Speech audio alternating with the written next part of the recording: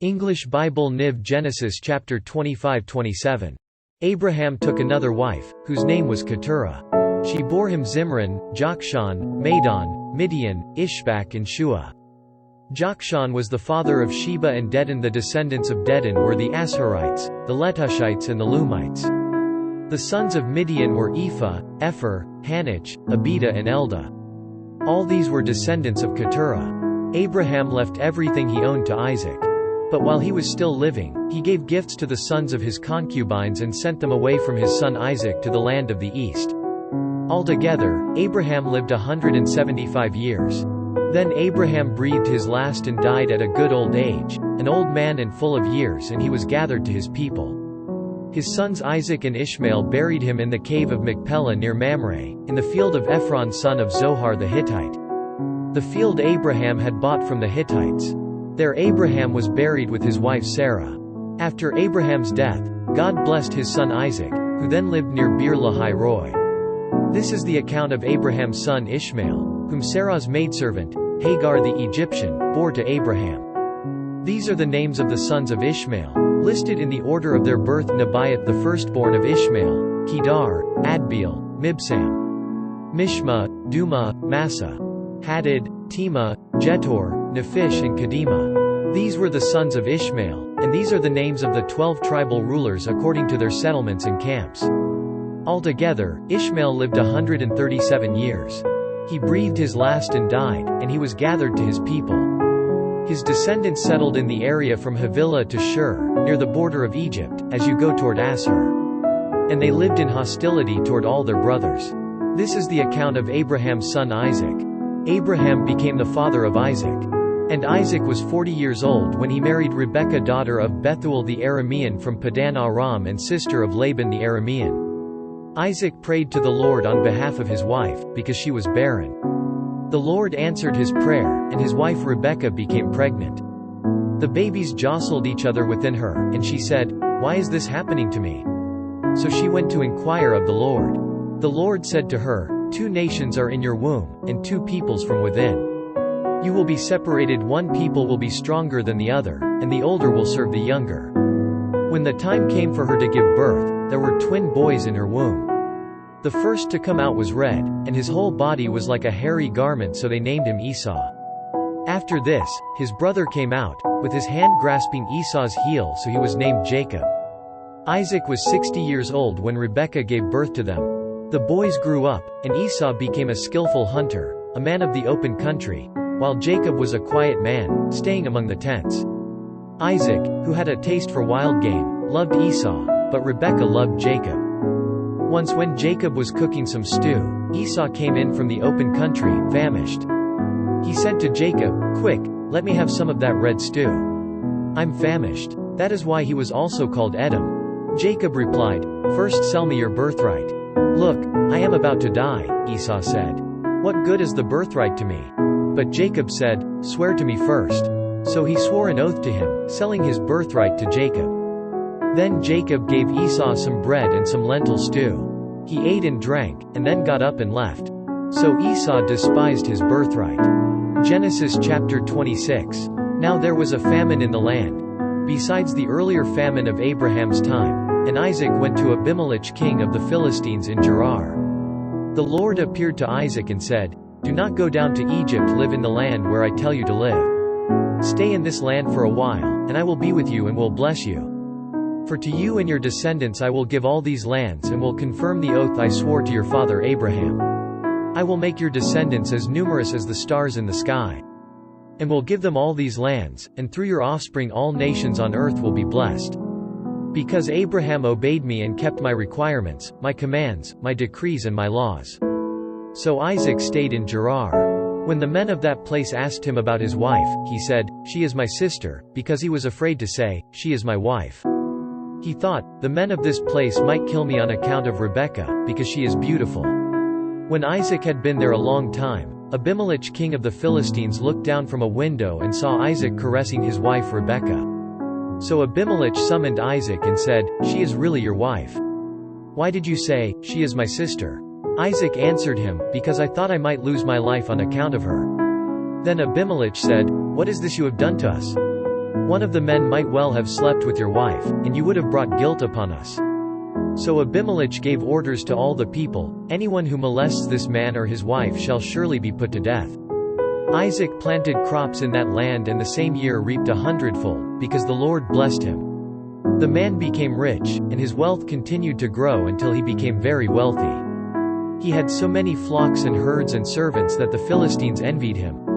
So all the wells that his father's servants had dug in the time of his father Abraham, the Philistines stopped up, filling them with earth.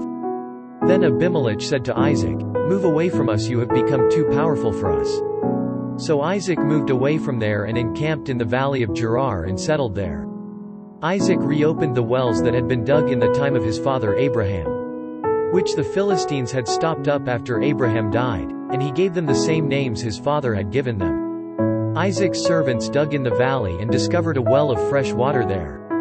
But the herdsmen of Gerar quarreled with Isaac's herdsmen and said, "The water is ours." So he named the well Esek, because they disputed with him. Then they dug another well, but they quarreled over that one also, so he named it Sitnah. He moved on from there and dug another well, and no one quarreled over it. He named it Rehoboth, saying, "Now the Lord has given us room and we will flourish in the land." From there he went up to Beersheba. That night the Lord appeared to him and said, "I am the God of your father Abraham. Do not be afraid, for I am with you. I will bless you and will increase the number of your descendants for the sake of my servant Abraham." Isaac built an altar there and called on the name of the Lord. There he pitched his tent, and there his servants dug a well. Meanwhile, Abimelech had come to him from Gerar, with Ahuzzath his personal advisor and Phicol the commander of his forces. Isaac asked them, "Why have you come to me, since you were hostile to me and sent me away?" They answered, "We saw clearly that the Lord was with you, so we said, 'There ought to be a sworn agreement between us and you. Let us make a treaty with you, that you will do us no harm, just as we did not molest you but always treated you well and sent you away in peace. And now you are blessed by the Lord.'" Isaac then made a feast for them, and they ate and drank. Early the next morning the men swore an oath to each other. Then Isaac sent them on their way, and they left him in peace. That day Isaac's servants came and told him about the well they had dug. They said, "We've found water." He called it Sheba, and to this day the name of the town has been Beersheba. When Esau was 40 years old, he married Judith daughter of Beeri the Hittite, and also Basemath daughter of Elon the Hittite. They were a source of grief to Isaac and Rebekah. Genesis chapter 27. When Isaac was old and his eyes were so weak that he could no longer see, he called for Esau his older son and said to him, "My son." "Here I am," he answered. Isaac said, "I am now an old man and don't know the day of my death. Now then, get your weapons, your quiver and bow, and go out to the open country to hunt some wild game for me. Prepare me the kind of tasty food I like and bring it to me to eat, so that I may give you my blessing before I die." Now Rebekah was listening as Isaac spoke to his son Esau. When Esau left for the open country to hunt game and bring it back, Rebekah said to her son Jacob, "Look, I overheard your father say to your brother Esau, 'Bring me some game and prepare me some tasty food to eat, so that I may give you my blessing in the presence of the Lord before I die. Now, my son, listen carefully and do what I tell you. Go out to the flock and bring me 2 choice young goats, so I can prepare some tasty food for your father, just the way he likes it. Then take it to your father to eat, so that he may give you his blessing before he dies."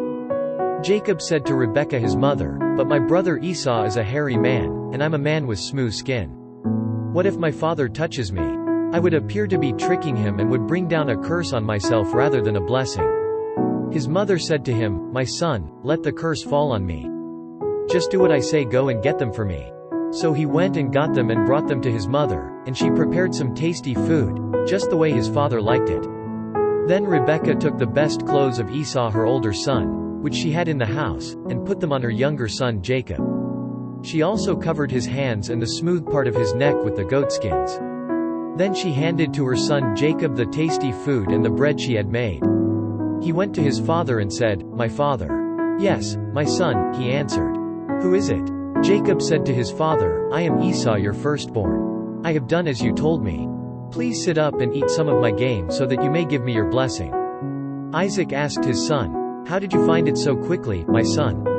"The Lord your God gave me success," he replied. Then Isaac said to Jacob, "Come near so I can touch you, my son, to know whether you really are my son Esau or not." Jacob went close to his father Isaac, who touched him and said, "The voice is the voice of Jacob, but the hands are the hands of Esau." He did not recognize him, for his hands were hairy like those of his brother Esau, so he blessed him. "Are you really my son Esau?" he asked. "I am," he replied.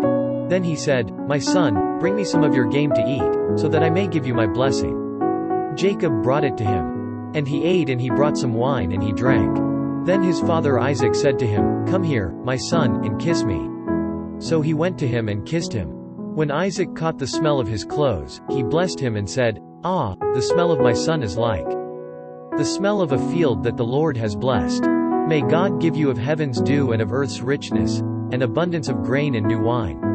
May nations serve you and peoples bow down to you. Be Lord over your brothers, and may the sons of your mother bow down to you. May those who curse you be cursed and those who bless you be blessed." After Isaac finished blessing him and Jacob had scarcely left his father's presence, his brother Esau came in from hunting. He too prepared some tasty food and brought it to his father. Then he said to him, "My father, sit up and eat some of my game, so that you may give me your blessing." His father Isaac asked him, "Who are you?" "I am your son," he answered, "your firstborn, Esau." Isaac trembled violently and said, "Who was it, then, that hunted game and brought it to me? I ate it just before you came. And I blessed him, and indeed he will be blessed." When Esau heard his father's words, he burst out with a loud and bitter cry and said to his father, "Bless me, me too, my father." But he said, "Your brother came deceitfully and took your blessing." Esau said, "Isn't he rightly named Jacob? He has deceived me these 2 times. He took my birthright, and now he's taken my blessing." Then he asked, "Haven't you reserved any blessing for me?" Isaac answered Esau, "I have made him lord over you and have made all his relatives his servants, and I have sustained him with grain and new wine. So what can I possibly do for you, my son?" Esau said to his father, "Do you have only one blessing, my father? Bless me too, my father." Then Esau wept aloud. His father Isaac answered him, "Your dwelling will be away from the earth's richness, away from the dew of heaven above. You will live by the sword and you will serve your brother. But when you grow restless, you will throw his yoke from off your neck." Esau held a grudge against Jacob because of the blessing his father had given him. He said to himself, "The days of mourning for my father are near, then I will kill my brother Jacob." When Rebekah was told what her older son Esau had said, she sent for her younger son Jacob and said to him, "Your brother Esau is consoling himself with the thought of killing you. Now then, my son, do what I say, flee at once to my brother Laban in Haran. Stay with him for a while until your brother's fury subsides. When your brother is no longer angry with you and forgets what you did to him, I'll send word for you to come back from there. Why should I lose both of you in one day?" Then Rebekah said to Isaac, "I'm disgusted with living because of these Hittite women. If Jacob takes a wife from among the women of this land, from Hittite women like these, my life will not be worth living." 구독, 좋아요, 알림 설정 꼭 부탁드립니다. 감사합니다.